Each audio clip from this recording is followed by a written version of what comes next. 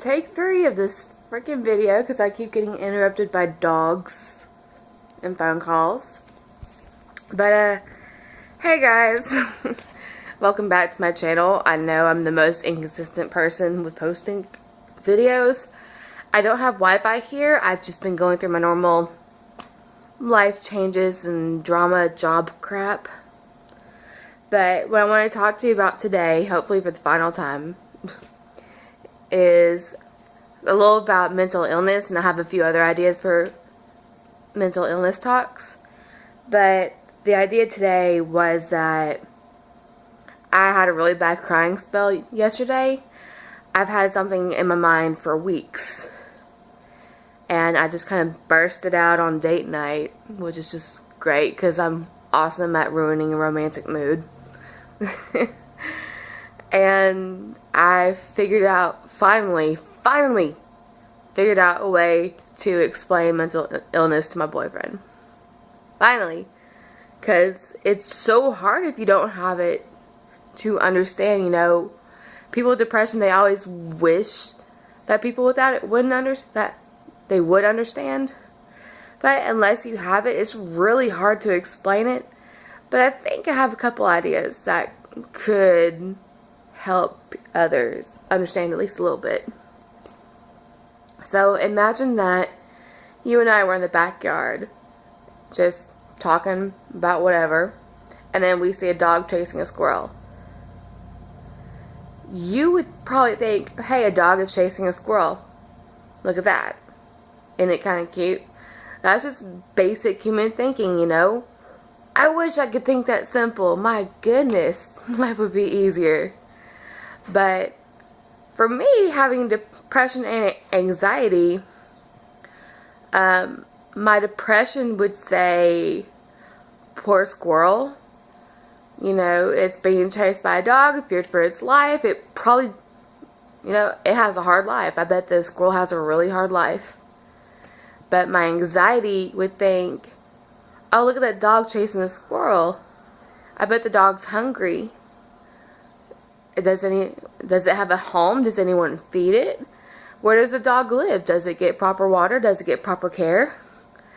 And then I would end up being like pissed off throughout the week. Not straight about that, but you know, throughout the days in the week, I would think that freaking dog needs to have a home. And I would just think about that for like 10 minutes until I get really upset about it on Saturday. Or my depression would have me randomly think about the poor squirrel.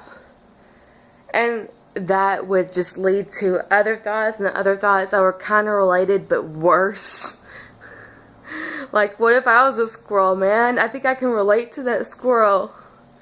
I'm running around, I'm trying to, you know, figure things out. I'm just trying to survive, man. I got you, squirrel. I get you. And that's how depression is. Or at least for me. That's how it feels like. Like, for the most part, I overanalyze other people's actions. And it just gets upsetting. Like, the last thing I was upset about was the way my boyfriend left the house. Yeah, it sounds stupid and like, seriously, you're mad about that. But he seemed like happy to leave the house. Like, and I'm without a job right now. I'm just like a lonely little fucker. I'm here most of the time because I don't have gas to go anywhere. I go on walks. I find change and go to McDonald's. But for the most part, I'm just bored. And in my mind, him leaving the house so much, I thought that he was happy to go be away from me because I was so depressed. I don't 1,000% really think that, but the more it came to mind throughout the weeks, the more it just made sense and the more I really felt it. And fighting the depression is a son of a bitch.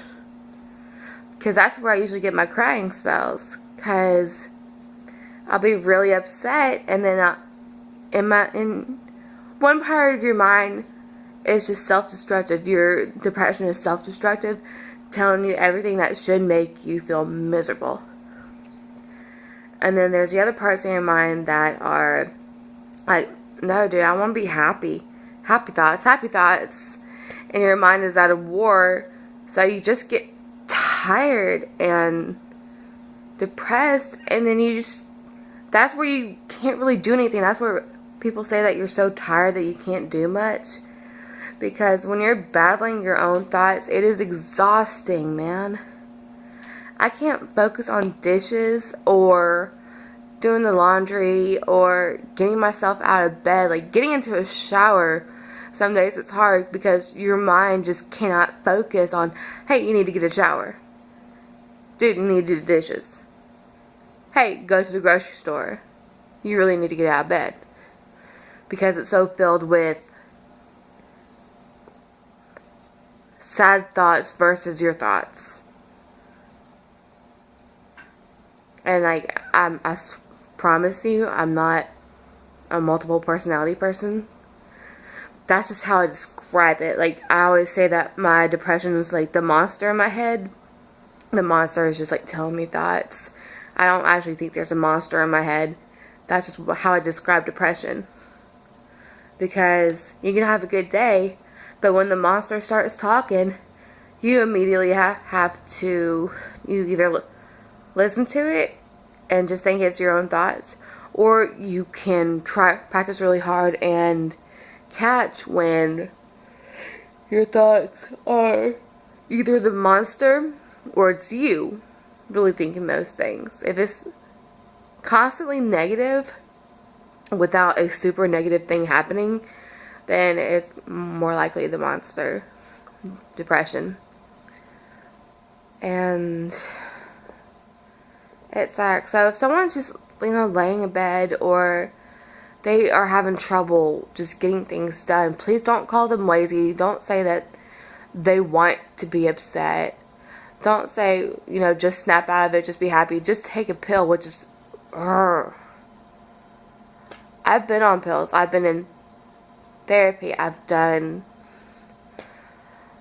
psych ward. Well, not psych ward. It's like a mental health resort kind of place.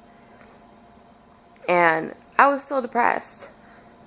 There is no cure for depression, no matter what anyone thinks. You're going to have it for life. The most medicine can make you do is make you numb. Some people think that they're happier with their medicine, but it's not going to stop shit from happening. And I'm sorry, I'm anti-medicine. I have nothing against it. Just not for me. And going to a therapist, I don't know. I've had some crappy therapists that just told me that I'm wrong about everything. And so from my treatment, what I'm doing is trying to learn different coping skills. Because it's always going to be there. But with me trying to learn coping skills, I think that I could deal with it a whole lot better. That's just personal opinion. So on my next video, I will try to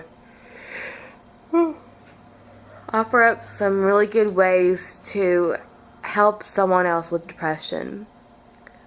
I've had someone amazing come into my life that is now my boyfriend.